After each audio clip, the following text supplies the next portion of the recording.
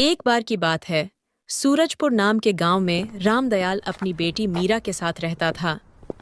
कई साल पहले उसकी पत्नी का देहांत हो गया था। उसने अपनी बेटी के लिए सब कुछ किया, उसे बहुत प्यार से पाला और पढ़ाया लिखाया, और अब उसकी शादी की उम्र हो चुकी थी।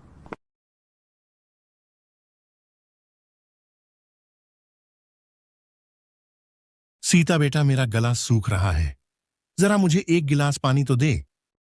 जी पिताजी, अभी लेकर आती हूँ। पिताजी, आपकी तबीयत बहुत खराब रहती है। मैंने आपको कितनी बार कहा है कि आप दवाइयाँ क्यों नहीं लेते? बेटा, मेरी तबीयत दवाइयों से नहीं बल्कि तेरी शादी करके ठीक होगी। पिताजी, मुझे शादी नहीं करनी। मैं चली जाऊंगी तो आपका ख्याल कौन रखेगा? अरे बेटा, भला ऐसा देखा है कहीं? बेटियों को तो अपने घर जाना ही होता है। बस यही दुनिया की रीत है। चल, खाना परोस, बहुत भूख लगी है।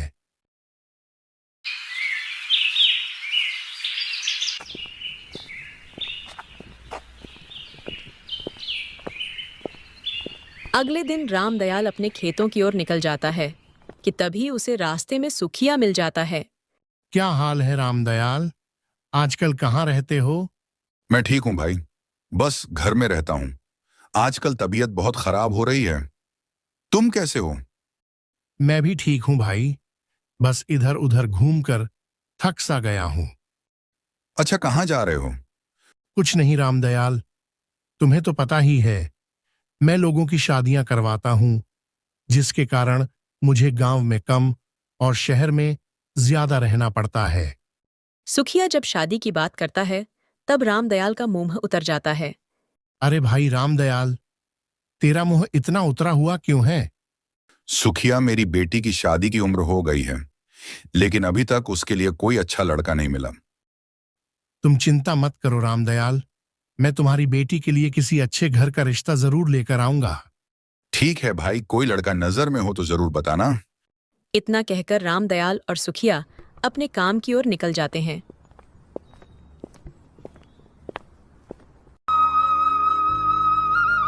इस तरह कई दिन निकल जाते हैं और एक दिन सुखिया रामदयाल के घर आता है। मीना बेटी, रामदयाल कहाँ है? वो काका पिताजी तो बाहर गए हैं, बस अभी आते ही होंगे। कि तभी रामदयाल आ जाता है। कैसे हो सुखिया? तुम कब आए? मीरा अपने काका के लिए चाय बना के ले आ। ठीक है पिताजी। हाँ तो सुखिया, बताओ कैसे आना हो। रामदयाल, मैं एक बहुत बड़ी खुशखबरी लेकर आया हूं। अपनी मीरा की शादी के लिए एक लड़के वालों ने हां कर दी है और वे यहां आकर लड़की को देखना चाहते हैं। अच्छा, ये तो बहुत अच्छी बात है। तो बताओ, वो लोग हमारे घर कब आ रहे हैं? वैसे तो लड़के के घर में उसके माता पिता और एक बड़े भाई भाभी हैं, लेकिन कल तो केवल लड़के के माता पिता आ रहे हैं। अच्छा सुखिया, ये तो बहुत अच्छी बात है। ये बात कर तुमने तो मेरा दिल ही जीत लिया। अच्छा रामदयाल, अब मैं निकलता हूं, मुझे बहुत काम है।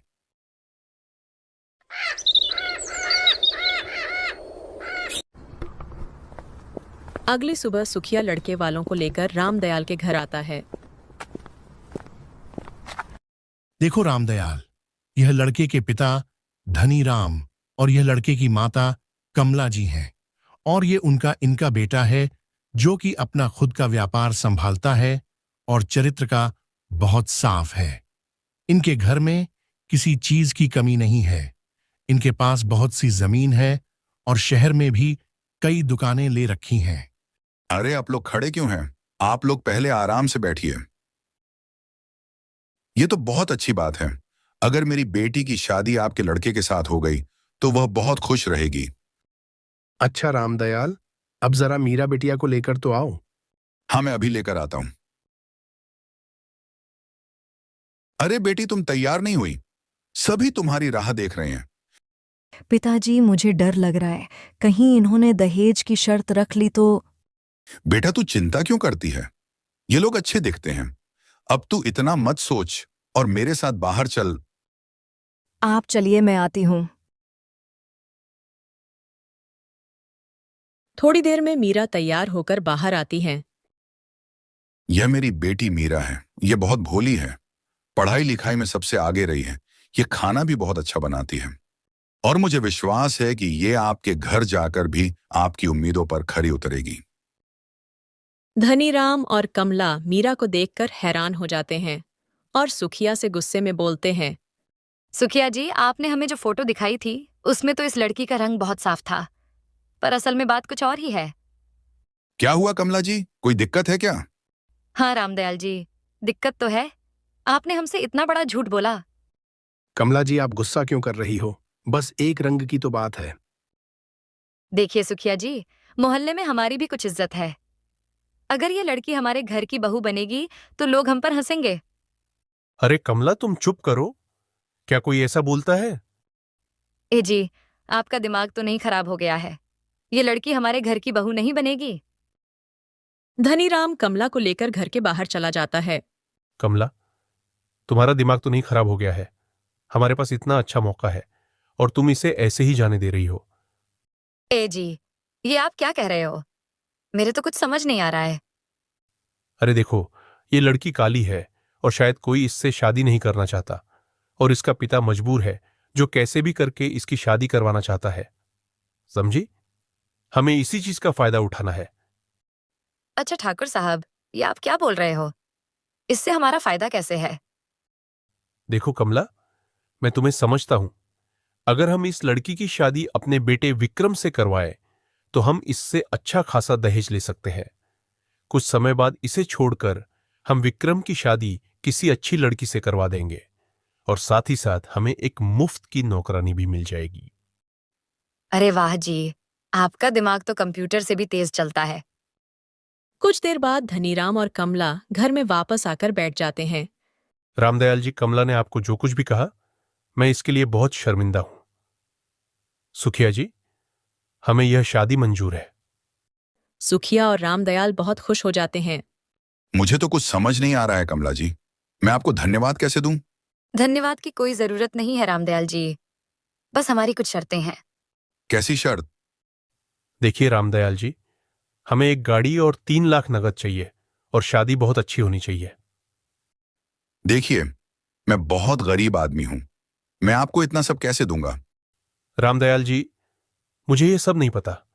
ये कोई दहेज नहीं है, ये तो सिर्फ आपकी बेटी और दामाद के भविष्य के लिए है। माफ कीजिए धनीराम जी, लेकिन मेरी इतनी हैसियत नहीं कि मैं आपको इतना सब दे सकूं। मेरी बेटी बहुत अच्छी है, वो आप सबको बहुत खुश रखेगी, ये मेरा वादा है। ये सब हम नहीं जानते। अगर आपको मंजूर हो तो हमें बता देना। अब हम निकलते हैं। सुखिया, मैं इनको ये सब कैसे दूंगा? मेरे पास तो पैसे भी नहीं हैं। रामदयाल, मैं जानता हूं, पर बेटी की शादी करनी है तो यह सब करना ही पड़ेगा, वरना इतने अच्छे घर का रिश्ता भी हाथ से निकल जाएगा।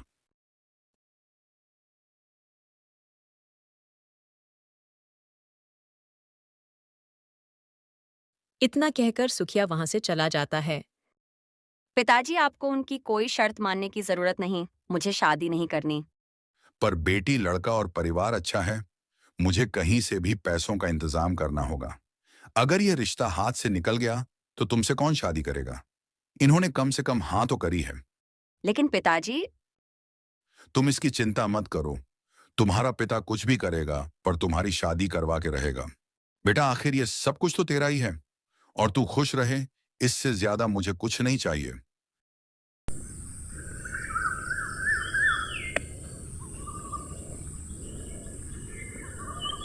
अगले दिन सुबह रामदयाल अपने गांव के साहूकार से मिलने जाता है और वह अपना घर गिरवी रख देता है और वहां से कर्ज लेकर सुखिया के घर जाता है। वह सुखिया को सहमति के लिए हाँ कर देता है। सुखिया, मैंने पैसों का बंदोबस्त कर लिया है, तुम लड़के वालों को शादी की तैयारियों करने को बोल दो।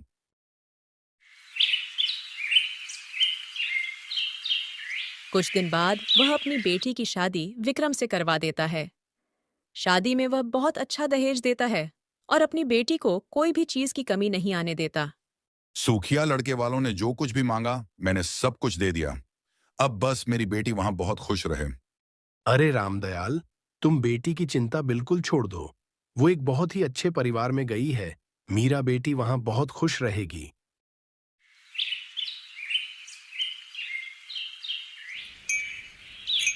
इधर मीरा भी ससुराल का बड़ा बंगला देख खुश हो जाती है, लेकिन शादी के दूसरे दिन ही ओ महारानी, सूरज सर पर चढ़ चुका है और तू अभी तक अपने कमरे में ही आराम कर रही है।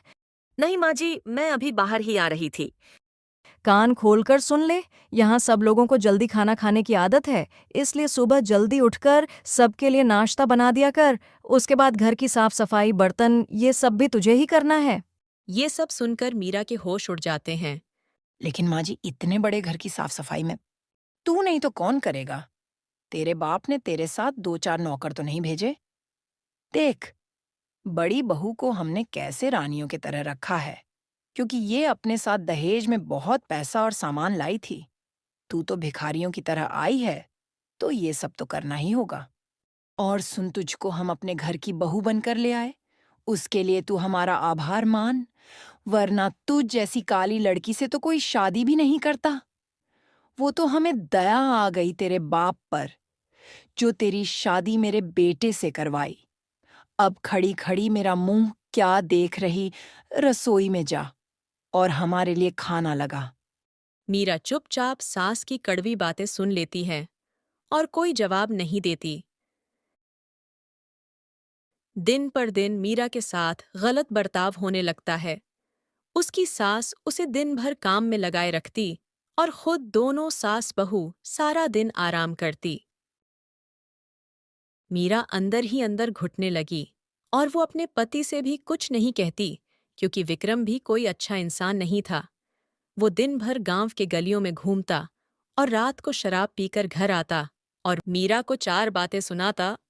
तू कल सुबह ही अपने बाप से और पैसा मांगना, वरना मुझसे बुरा कोई नहीं होगा।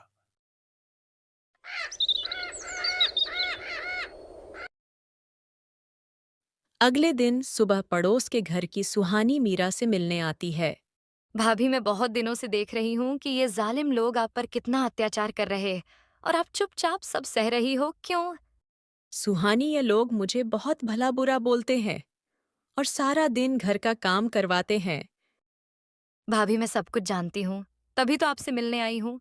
भाभी, आपको अपने पिताजी के घर चले जाना चाहिए, नहीं तो ये लोग आपको छोड़ेंगे नहीं। सुहानी, मेरे पिता ने मेरी खुशी के लिए अपना सब कुछ गिरवी रखकर मेरी शादी की, और जब उन्हें ये सब पता चलेगा कि मैं यहाँ खुश नहीं हूँ, तो वो जीते जी मर जाएंगे। इसीलिए मैं उन्हें कुछ नहीं बता सकती। तो भाभी, आप कब तक इनकी जुल्म सहोगे? कुछ करना तो होगा आपको। हाँ सुहानी, तुम ठीक बोल रही हो। मेरे पिता ने मुझे इतना पढ़ाया है और इतना सब कुछ देकर मेरी शादी इनके घर इसलिए नहीं की कि मैं यहाँ सारा दिन इनके तने सुनूं। मुझे कुछ करना होगा। भाभी, आप चाहो तो इन लोगों की शिकायत थाने में करवा सकते हो। बस आप एक बार दहेज उत्पीड़न की शिकायत करवा दो, फिर देखना इनके अक्ल ठिकाने आ जाएंगे।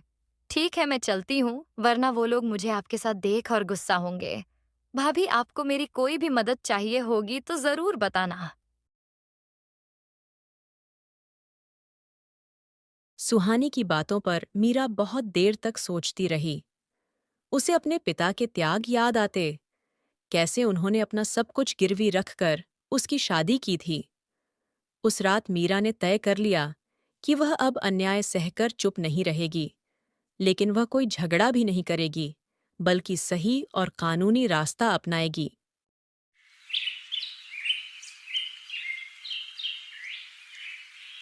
अगली सुबह वह चुपचाप अपने कमरे में बैठकर अपने फोन से सबूत जुटाने लगी। सास की अपमान भरी बातें, दहेज की मांग, विक्रम का शराब पीकर गाली देना, घर में किया जाने वाला अत्याचार, इन सब की रिकॉर्डिंग और फोटो उसने अपने पास सुरक्षित रख ली। फिर एक दिन जब सास ने उसे फिर दहेज के लिए ताने मारे, मीरा ने शांत स्वर में कहा, माँ जी, आज मैं पुलिस महिला हेल्पलाइन और महिला आयोग में शिकायत दर्ज करने जा रही हूँ। दहेज लेना अपराध है और मैं किसी अपराधी परिवार का साथ नहीं दूंगी। यह सुनकर पूरा घर हक्का बक्का रह गया। कमला और धनीराम के चेहरे का रंग उड़ गया। धनीराम चिल्लाया, ए लड़की, तू हमें धमकी दे रही है? नहीं, मैं बस अपने हक की बात कर रही हूँ। जो गलत किया है उसका जवाब तो देना पड़ेगा ना। पिताजी, मैं अभी इसको सबक सिखाता हूँ। बहुत ज्यादा जुबान चलने लगे हैं इसके। ये गलती तो करना भी मत। मेरे पास तुम सबके खिलाफ सबूत है। जो इतने दिनों से आप लोगों ने मेरे साथ गलत किया, वो सब मैंने अपने फोन में रिकॉर्ड कर लिया है और सुखिया चाचा को भेज भी दिया है। और एक बार दहेज लेने के अपराध में पकड़े जाने पर आप लोगों के साथ क्या क्या हो सकता है, ये तो आप लोग जानते ही होंगे। मीरा की ये बात सुनते ही सबके होश उड़ गए। कमला और धनीराम एक दूसरे को देखते रह जाते हैं और विक्रम भी डर गया, क्योंकि उसे पता था कि दहेज का केस बहुत बड़ा अपराध है। वो लोग मीरा से कुछ बोलते उससे पहले ही सुखिया और रामदयाल वहां आ जाते हैं। मीरा बेटी, तुम कैसी हो? बेटा, तुम इतने दिनों से इन लोगों के जुल्म सह रही हो और अपने पिता को कुछ नहीं बताया, लेकिन अब तुझे घबराने की कोई जरूरत नहीं। हमने इनके खिलाफ थाने में रिपोर्ट दर्ज करवा दी है। हाँ बेटी, बस पुलिस किसी भी समय यहाँ पहुँचती ही होगी। ये सब सुन धनीराम और कमला अपने घुटनों पर बैठ माफी मांगने लगते हैं। अब उन लोगों को समझ आ चुका था कि उनकी चालें उलटी पड़ चुकी हैं। रामदयाल जी, कृपया कर आप पुलिस को न बुलाएं। हम लोग बैठ के बात करते हैं, सब ठीक हो जाएगा। मीरा बेटी को कोई गलतफहमी हुई है। हाँ समधी जी, मीरा को तो हम अपनी बेटी की तरह रखते हैं। कमला जी, अब आप लोग ये सब न बोले तो अच्छा होगा। मैंने सारी रिकॉर्डिंग देख ली है कि कैसे आप लोग मेरी बेटी को अपने घर की नौकरानी बनाकर रखते हैं। आप लोग समझ भी नहीं सकते कि एक बाप अपनी बेटी की खुशियों के लिए अपना सब कुछ बेच देता है, और आप जैसे लालची लोग उनकी बेटियों के साथ ये सब करते हैं। आप लोगों को इतनी हिम्मत कैसे मिलती है? शायद इसीलिए भगवान ने आपको बेटी नहीं दी। रामदयाल जी, हमें माफ कर दीजिए। हम अपनी लालच में इतने अंधे हो गए थे कि सच में यह नहीं समझ पाए कि कोई पिता अपनी बेटी को कितने अरमानों से ससुराल भेजता है। आप हमें एक मौका और दीजिए, हम आपकी बेटी को अपनी बेटी बनाकर रखेंगे। धनीराम जी, अब बहुत देर हो चुकी है। मेरी बेटी के सभी आंसू की कीमत तो आप लोगों को चुकानी ही होगी। चलो बेटा, अपने घर चले। बहू, हमें माफ कर दो, हमसे गलती हो गई। मीरा ने शांत होकर जवाब दिया। गलती तब होती है जब इंसान अनजान हो। आपने तो सब जानकर किया। विक्रम भी मीरा से माफी मांगने लगता है। मीरा, मुझे माफ कर दो। मैंने तुम्हारे साथ बहुत गलत किया है, लेकिन मुझे बदलने का एक मौका दो। अगर तुम सच में एक अच्छा जीवन चाहते हो तो शराब छोड़ो, मेहनत करो और मुझे इज्जत दो, वरना मैं अपने भविष्य को बर्बाद नहीं करूंगी। और जिस दिन तुम बदल जाओगे उस दिन मुझे लेने मेरे पिता के घर आ जाना। विक्रम पहली बार मीरा की आंखों में सच्ची शक्ति देख पाया। वह चुप हो गया और सिर झुका लिया। और हाँ, इस बार मैं आप लोगों को माफ कर रही हूँ, लेकिन आप लोग कभी किसी लड़की को कमजोर मत समझना। अगर कोई लड़की चुपचाप ससुराल वालों के गलत व्यवहार को सहती है तो इसका मतलब यह नहीं कि वो कमजोर है। बस अपने मां बाप के लिए वो चुप रहती है। चलिए पिताजी। इस तरह मीरा ने अपने ससुराल वालों सबक सिखाया। कुछ समय बाद विक्रम अपनी सारी गलत आदतों को छोड़ देता है और मीरा को उसके घर से लेकर अपने घर आ जाता है। अब मीरा उसी घर में, उसी परिवार में डरी हुई बहू नहीं, बल्कि सम्मान से जीने वाली, शिक्षित और आत्मनिर्भर मीरा बनकर रहने लगी। गांव की औरतें भी मीरा से प्रेरित होकर अपने हकों के लिए खड़ी होने लगीं।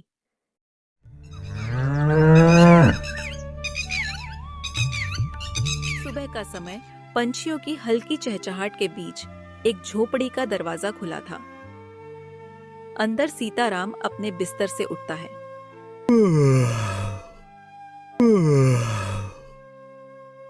सामने कोने में दो जवान बेटियां मिट्टी के चूल्हे पर चाय बना रही थीं।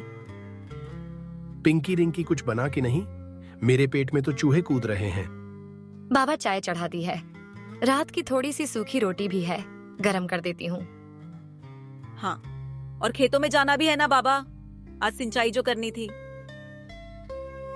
हाँ बेटा, खेत ही तो है जो 2 वक्त की रोटी दिलाते हैं, वरना इस दुनिया में हमारा कौन।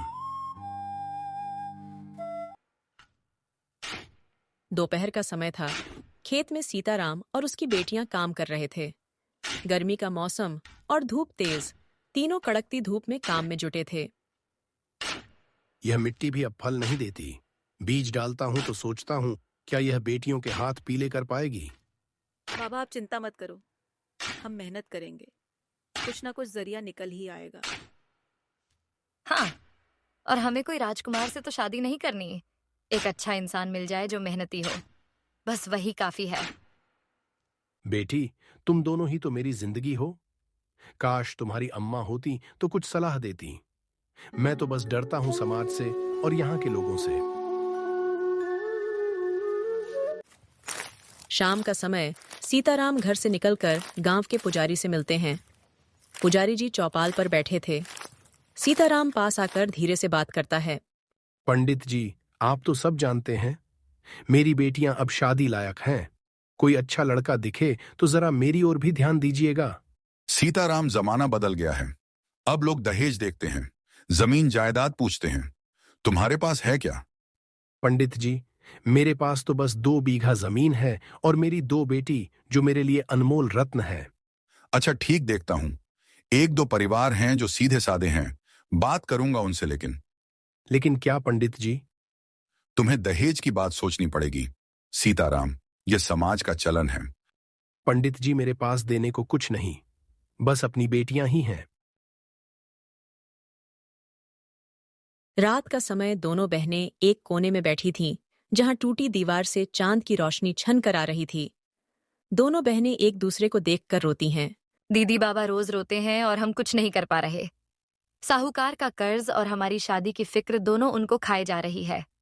रिंकी, मैंने तय कर लिया है, मैं शहर जाऊंगी नौकरी ढूंढने, कुछ भी करूंगी, पर बाबा को इतना परेशान नहीं देख सकती। हाँ, और मैं यहीं रहकर खेत संभालूंगी। जब तक तू पैसे भेजेगी मैं घर संभाल लूंगी। हम एक दिन बाबा का सपना पूरा करेंगे रिंकी।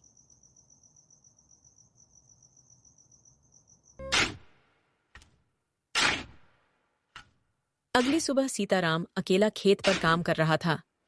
दोपहर का समय हो चुका था। गर्मी तेज थी। खेतों से कुछ दूरी पर एक नहर था और एक पुराना पीपल का पेड़ था। वहीं पेड़ नीचे सीताराम अकेला बैठा गया। लेकिन आज सीताराम की आंखों में बेबसी थी। बेचारा बहुत ही लाचार और हारा हुआ लग रहा था। क्या मैं अच्छा बाप नहीं हूं? 2 बेटियां जवान हैं और मेरे पास ना देने को दहेज है, ना ही कोई रिश्तेदार, और ना ही पैस कमाने का कोई दूसरा साधन, और ऊपर से सेठ का कर्ज भी बाकी है।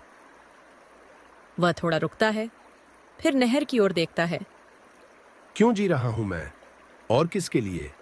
मैं तो बोझ बन गया हूं पिंकी और रिंकी पर। मेरा तो मर जाना ही बेहतर है। सीताराम धीरे धीरे नहर की ओर बढ़ता है। उसकी चाल लड़खड़ाती है। माफ करना बेटियों, तुम्हारा बाबा हार गया। वह जोर का छलांग लगाता है। कुछ ही क्षण में सन्नाटा, हवा थम सी जाती है।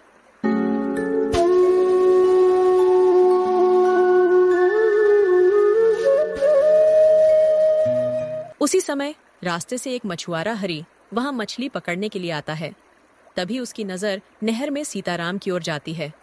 अरे बाप रे, ये तो सीताराम है। हरी जल्दी से टोकरी फेंककर किसी तरह सीताराम को नहर से निकलता है। हे भगवान, इसकी तो धड़कन रुक चुकी है, यह तो मर गया। हरी जल्दी से चिल्लाता हुआ गांव की ओर भागता है। गांव वालों, अरे कोई है, सीताराम ने खुदकुशी कर ली है। कुछ देर बाद सीताराम के घर गांव वाले इकट्ठा हो गए। सीताराम का मृतक शरीर एक चादर में लिपटा हुआ पड़ा था। पिंकी और रिंकी उसके पास बैठकर फूट फूट कर रो रही थीं। गांव की कुछ औरतें उन्हें संभालने की कोशिश कर रही थीं। हम वादा करके गए थे कि सब संभाल लेंगे, फिर क्यों छोड़ गए हमें? बाबा, तुमने ऐसा क्यों किया? हम तुम्हारे बिना कैसे जिएंगे? हाय सीताराम, तो बहुत सीधा आदमी था, बेटियों की चिंता खा गई उसे। हाँ, आजकल दहेज के डर ने न जाने कितने बापों को निगल लिया है।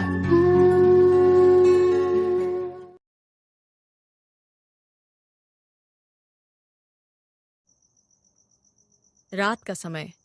झोपड़ी में काफी अंधेरा था। पास में एक दीपक जल रहा था। दोनों बहनों के सामने सूखी रोटी रखी थी। अब तू ही है मेरा सहारा रिंकी। हाँ, और तू मेरा। अब बाबा की चिता के साथ हमारा डर जल चुका है। अब सिर्फ एक मकसद है, अपने पैरों पर खड़ा होना। हाँ, हम बाबा के सपने को अधूरा नहीं छोड़ेंगे। अब जो होगा हम दोनों साथ मिलकर करेंगे।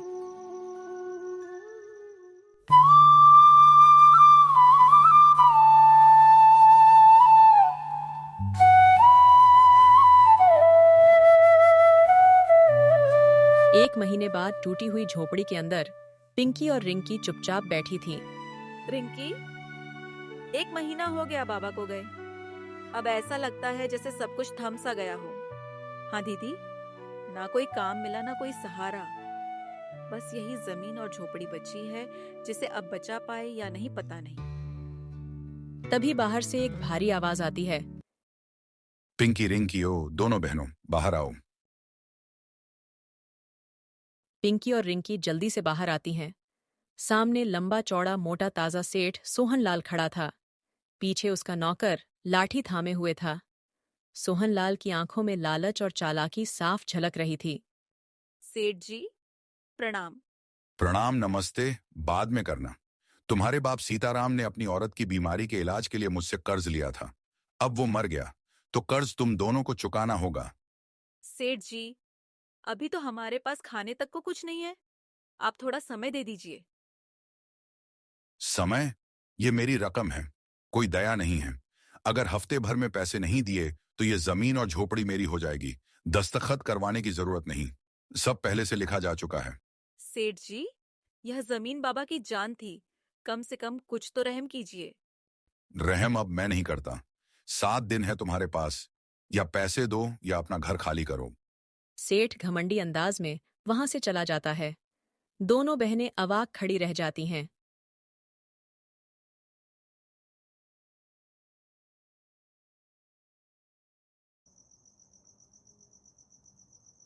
रात का समय झोपड़ी के अंदर अंधेरा था। दोनों बहनें चुपचाप बैठी थीं। एक कोने में थोड़ा चावल रोटी रखी थी, पर किसी को भूख नहीं थी। गीता बाबा की छोड़ी जमीन भी अब हमारी नहीं रहेगी। हाँ, बचपन इसी मिट्टी में बीता और अब यहीं छीन ली जाएगी। इस समाज में गरीब होना पाप है दीदी। कुछ करना होगा गीता। कहीं काम मिल जाए तो शायद कुछ उम्मीद जगे। कल ही मैं कहीं मजदूरी जाऊंगी। अब चाहे नौकरानी बनूं या बर्तन मांजूं, पर कुछ तो करूंगी।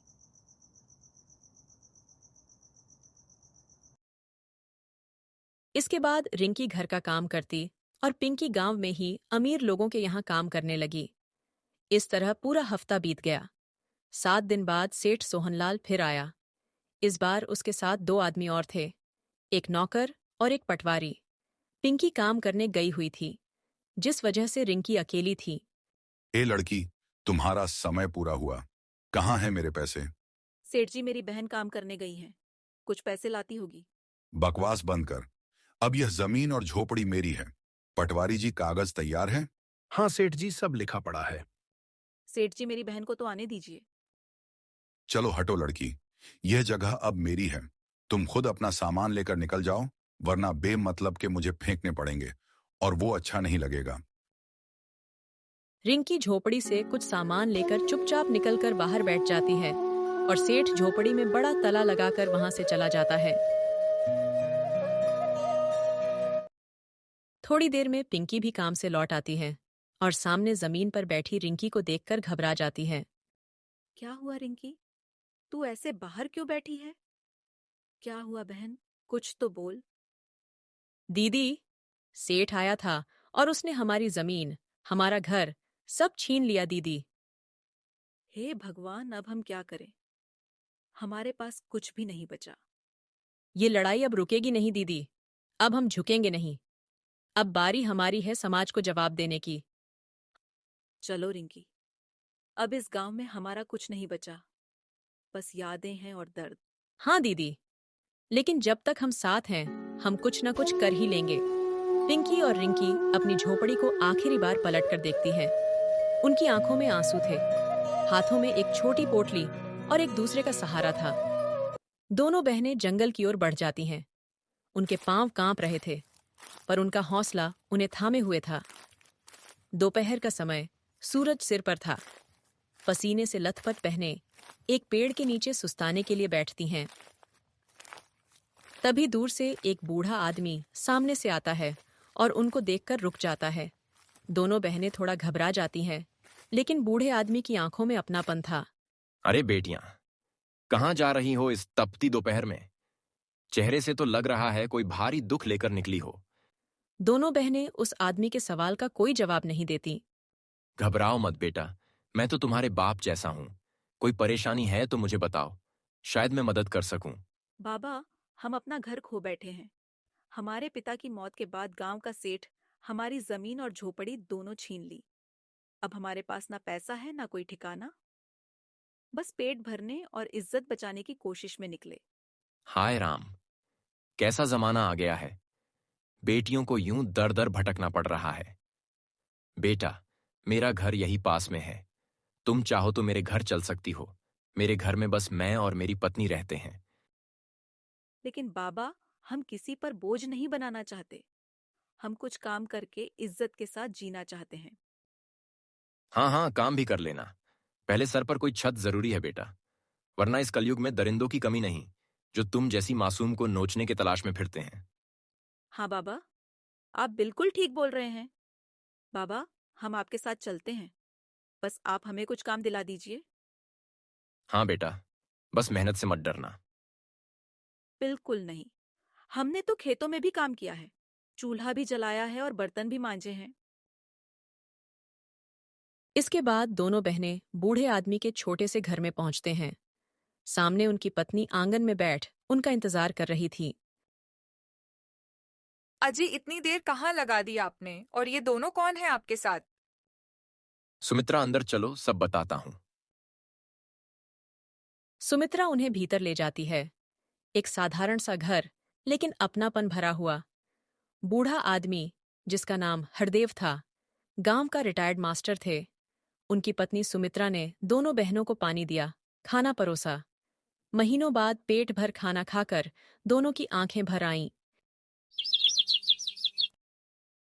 बाबा, आपने कहा था कि हमें काम दिलाएंगे। हाँ बेटा, उसी के बारे की सोच रहा हूँ। बेटी, मैं अब रिटायर हो गया हूँ, लेकिन घर पर मन नहीं लगता, इसलिए गांव के साहूकार के पास मुंशी का काम करता हूँ। अगर तुम कुछ पढ़ी लिखी हो तो मेरे साथ चलो, वहां एक कर्मचारी की जरूरत है। बाबा, मैं तो ज्यादा पढ़ी लिखी नहीं हूँ, बस 8वीं तक पढ़ी हूँ, लेकिन रिंकी पढ़ाई में बहुत तेज है। उसने 12वीं तक पढ़ाई की है और हिसाब किताब की बहुत तेज भी है। आप उसे वहाँ नौकरी पर रखवा दीजिए और मेरे लिए कोई और काम देख लीजिए। ये तो बहुत अच्छी बात है बेटा कि रिंकी इतनी होशियार है। मैं आज ही रिंकी को लेकर साहूकार के पास जाता हूँ। हरदेव रिंकी को लेकर साहूकार के पास जाते हैं। सेठ जी, ये रिंकी है, मेरे भाई की बेटी, बड़ी होशियार है। आप बोल रहे थे ना कि एक कर्मचारी की जरूरत है। अगर आप इसे काम पर रख लेते तो बड़ी मेहरबानी होती। हाँ मुनीम जी, आप बोल रहे हैं कि होशियार है तो काम पर रख लीजिए और सारा काम समझा दीजिए।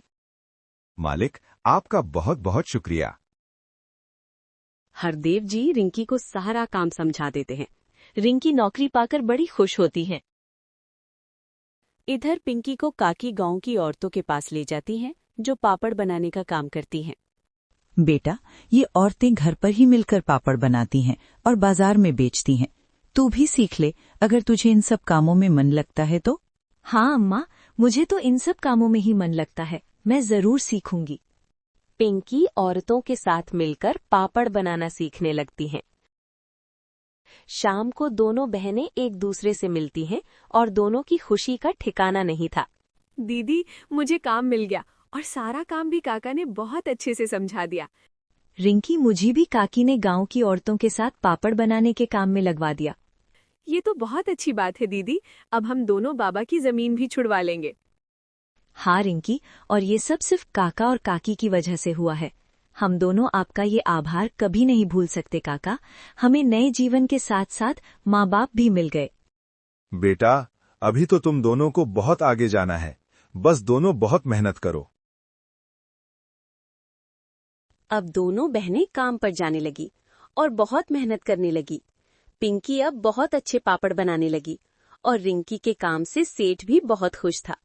और एक दिन, सुनिए जी, मुझे ये रिंकी बहुत पसंद है। हाँ, लड़की तो बहुत होशियार है। मेरे मन में एक बात है। कैसी बात? मुझे ये लड़की अपने रमन के लिए बहुत सही लग रही है। सुंदर, सुशील और संस्कारी भी है। हाँ, और होशियार भी। तुमने ये बिल्कुल सही सोचा है। मैं कल ही मुंशी जी से इस बारे में बात करता हूँ। सेठ जी, आपने मुझे बुलाया? मुंशी जी, आपसे रिंकी के बारे में कुछ बात करनी है। क्या हुआ सेठ जी, उससे कोई गलती हो गई क्या? अरे नहीं नहीं, दरअसल आपको कोई एतराज ना हो तो हम अपने बेटे रमन की शादी रिंकी से करना चाहते हैं। हाँ मुंशी जी, आप जल्द ही उसके माँ बाप को बुलाइए, हमें उनसे भी मिलना है।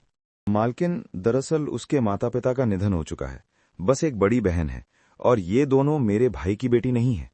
ये आप क्या बोल रहे हैं? हाँ सेठ जी, दरअसल ये दोनों बहनें अनाथ हैं और मुझे ये दोनों जंगल में मिले थे, तो मैं उनको अपने साथ घर ले आया और मैं ही अब उनका सब कुछ हूँ।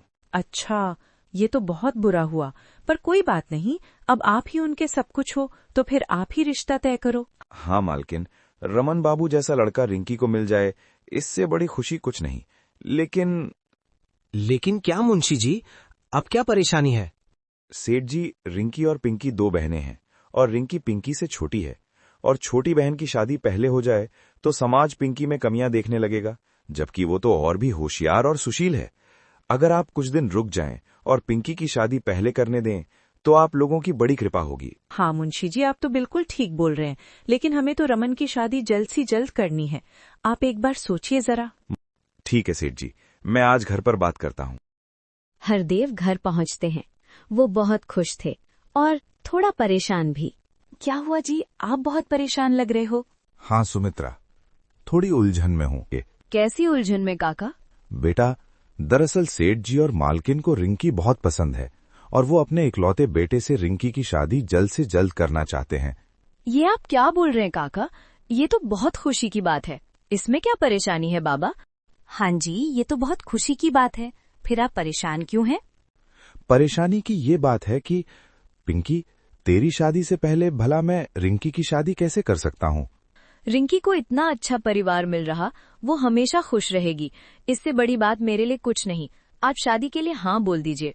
बेटा, अभी तू नहीं समझती, ये समाज बहुत जालिम है। छोटी बहन की शादी पहले हो गई तो लोग तुझमें कोई न कोई कमी ढूंढने लगेंगे। बाबा कोई बात नहीं, मुझे कोई फर्क नहीं पड़ता। नहीं बाबा, बिल्कुल ठीक बोल रहे। और सुन दीदी, तेरी शादी से पहले मैं शादी नहीं करूंगी। तुम सब चुप हो जाओ। और हाँ, पिंकी की शादी पहले होगी। मैंने तो पिंकी के लिए बहुत पहले ही एक लड़का पसंद कर लिया है। सुमित्रा, ये तुम क्या बोल रही हो? कौन है वो लड़का? हमारा बेटा अमित। भला पिंकी से अच्छी बहू हमें मिल सकती है क्या? मैंने तो पिंकी को कब की अपनी बहू स्वीकार कर लिया है, बस आपसे बात करने का मौका नहीं मिला। सुमित्रा, ये तो तुमने बहुत अच्छा फैसला लिया है। मैं कल ही अमित को फोन करके बुलाता हूँ और सेठ जी को भी रिंकी की शादी के लिए हाँ कर देता हूँ। बाबा, आपका बेटा? हाँ बेटी, हमारा एक बेटा है जो शहर में नौकरी करता है। अब दोनों बहनों की शादी एक ही मंडप में होगी। रिंकी और पिंकी दोनों बहुत खुश होती है।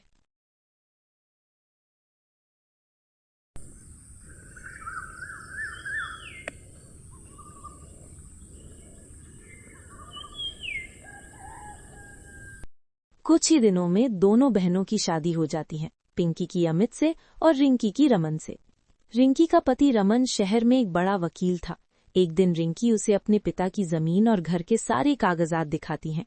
रमन कागजात देखते ही समझ जाता है कि गांव के साहूकार ने उनके साथ धोखा किया है, और दूसरे ही दिन दोनों बहनें अपने अपने पति के साथ अपने गांव जाती हैं। रिंकी और पिंकी को ऐसे बड़े बड़े गाड़ियों से उतरता देख गांव वाले हैरान हो जाते हैं।